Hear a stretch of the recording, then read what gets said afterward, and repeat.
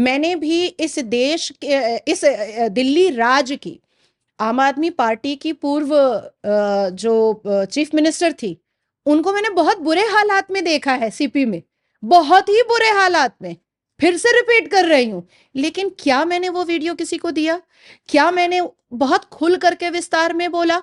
और वो मुख्यमंत्री बन गई कुछ ही महीनों के लिए, लेकिन वो बनी है दिल्ली, हमारे देश की राजधानी की मुख्यमंत्री बनी, और मैंने उनको किस कंडीशन में देखा था, पर मैंने नहीं बोला। तो मुझे ऐसा लगता है कि ये बहुत छोटी मानसिकता होती है जिसकी, वही ये सब करते हैं। और आपके साथ तो पॉडकास्ट में रशीदी मियाँ तो अभी कुटाई हो गई है उनकी, वो तो पूरा 5 पति का पूरा डिटेल ही लेकर आप आए उनको थे। जवाब देंगी?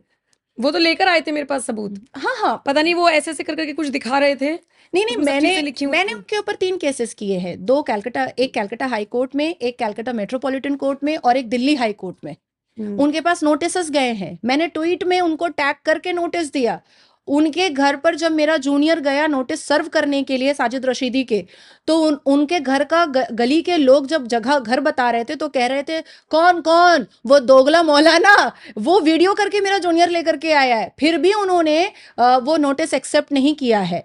और मैं तो अपने प्रेयर में जज साहब को यही बोली हूं कि साजिद रशीदी को बोलिए मेरा पाशपति दे देने के लिए, मैं मेंटेनेंस लूंगी, स्त्री धन लूंगी मैं। वैसे मैं आप एक चीज और बताती हूँ दर्शकों को, साजिद रशीदी का पॉडकास्ट मैंने ही किया था, तो उस पॉडकास्ट को देखने के बाद मेरे पास फोन आया नाजिया का कि साजिद रशीदी से बोलो जितने भी पति बताएं मुझे फिजिकली लाके दे। हाँ, मांगे थे उन्होंने। मैंने डायरेक्ट मैंने आपसे बोला कि ये काट दो या ये हटा दो।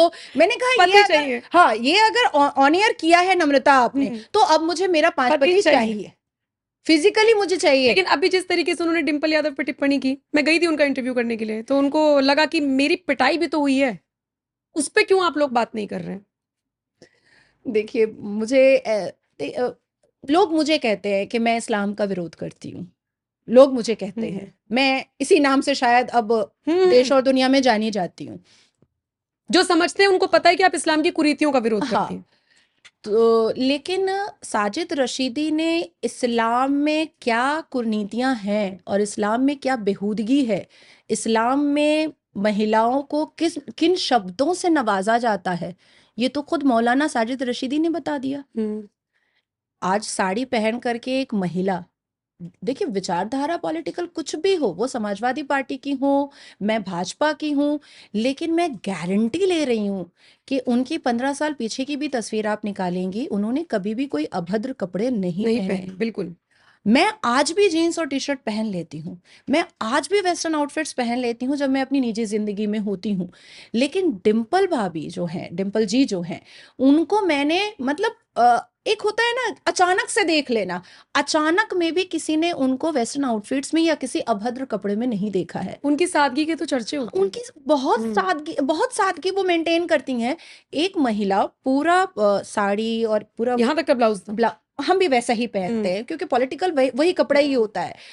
उसमें आपने नंगा शब्द यूज किया, इसका मतलब है कि आप प्रॉफिट मोहम्मद सल्लल्लाहु अलैहि वसल्लम बी पीस अपॉन हिम का मजाक उड़ा दिए, नौजुबिल्ला।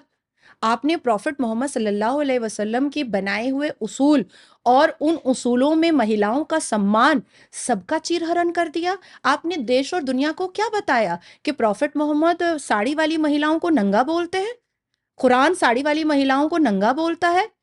अलहामी किताब जो अल्लाह तबारक ताला ने लिख करके हमारे लिए भेजा, उसमें साड़ी वाली महिलाओं को नंगे शब्द से पुकारा गया है। आपने तो यह साबित किया ना भाई, मैंने ट्रिपल तलाक बैन करवाया तो मुसलमान बेटियां बची, मैंने पॉलीगेमी हलाला बैन करवाने के लिए मेरे पिटिशन लगे हुए हैं 2019 से, अभी भी हेयरिंग चल रही है। अगर वो बैन हो जाता है तो हमारी मुसलमान बच्चियां सुरक्षित होती हैं।